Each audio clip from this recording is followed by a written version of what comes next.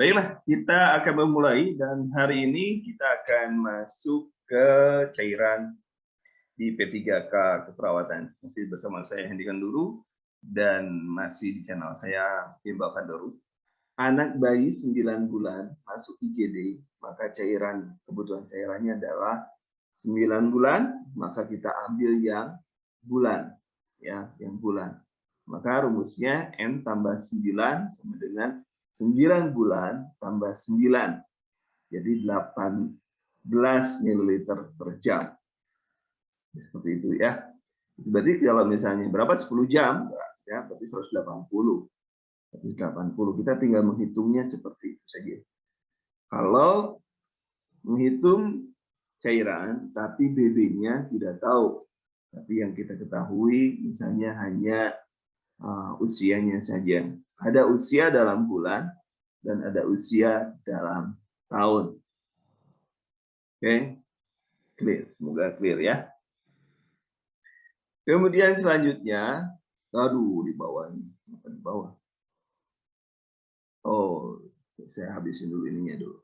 Oke, ini. Kemudian yang selanjutnya adalah terapi cairan kristaloid. Ya, ini biasanya diberikan pada pasien dengan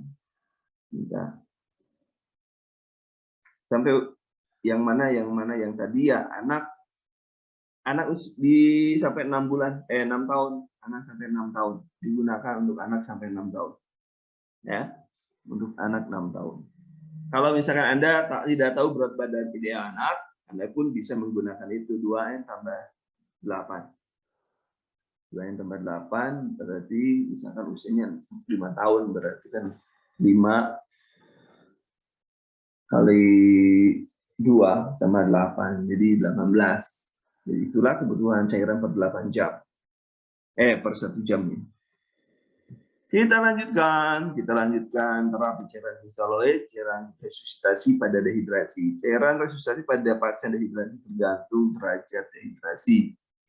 Rumus cairannya adalah rumus resusitasinya, rumus cairan resusitasinya, derajat dehidrasi, kali BB. Ya, kali BB.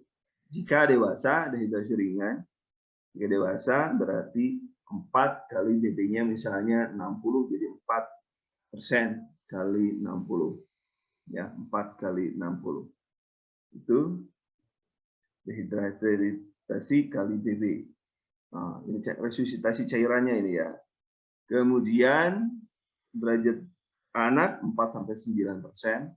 Kemudian dehidrasi sedang 8%.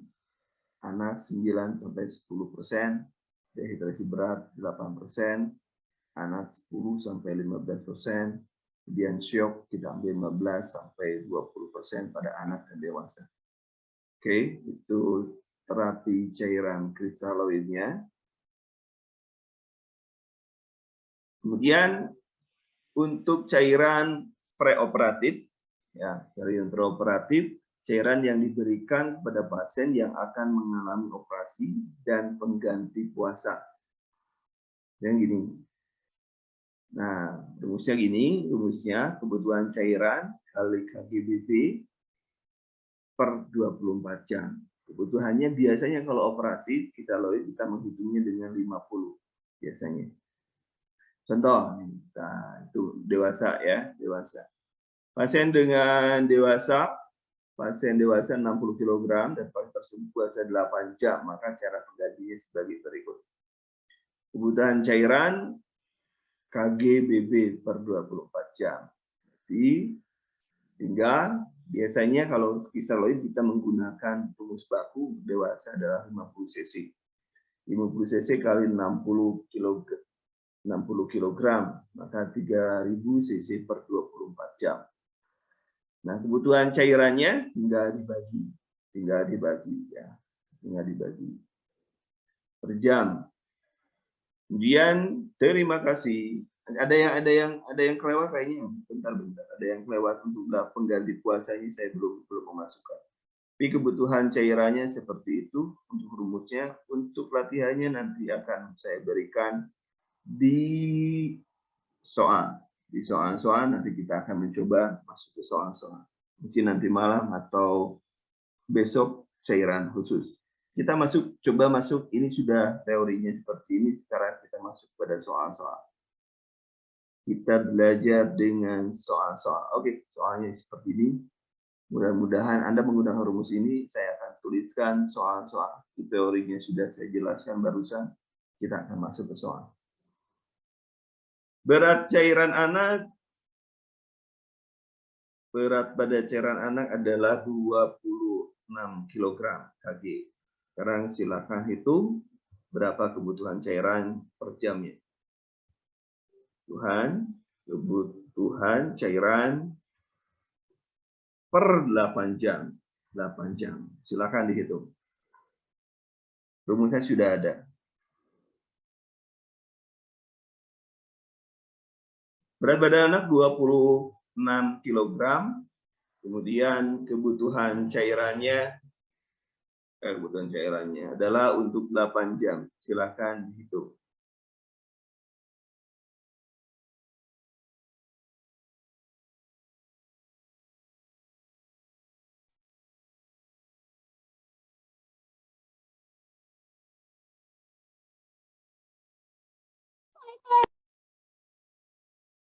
Silakan dihitung. Sudah? Ada yang sudah?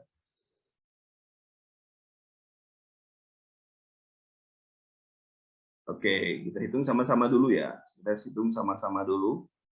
26 berarti itu hitungannya adalah 10 tambah 10 tambah 6. Maka 10 pertama kali 4 sehingga jumlahnya adalah 40. Kemudian 10 kedua kali 2, maka jumlahnya adalah berapa? 20. Kemudian sisanya tadi berapa? Ada 6. 6 kali 1 sama dengan 6. Berarti jumlahnya adalah 66. Karena yang ditanyakan adalah 8 jam, maka tinggal 66 kali 8 jam. Dengan berapa? Tadi ada yang sudah menghitung? 66 kali 8 jam berapa?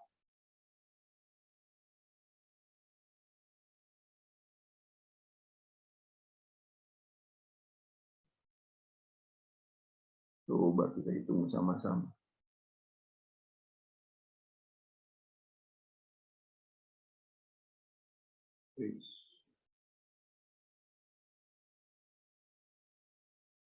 Dua 528 ya. 528 mililiter per jam. Nah, per jam, per 8 jam. Per 8 jam. Pertanyaan sekarang dilanjutkan. Ya, pertanyaan sekarang dilanjutkan adalah berapa tetes per menit menggunakan mikro? Pertanyaannya, berapa tetes per menit dengan mikro?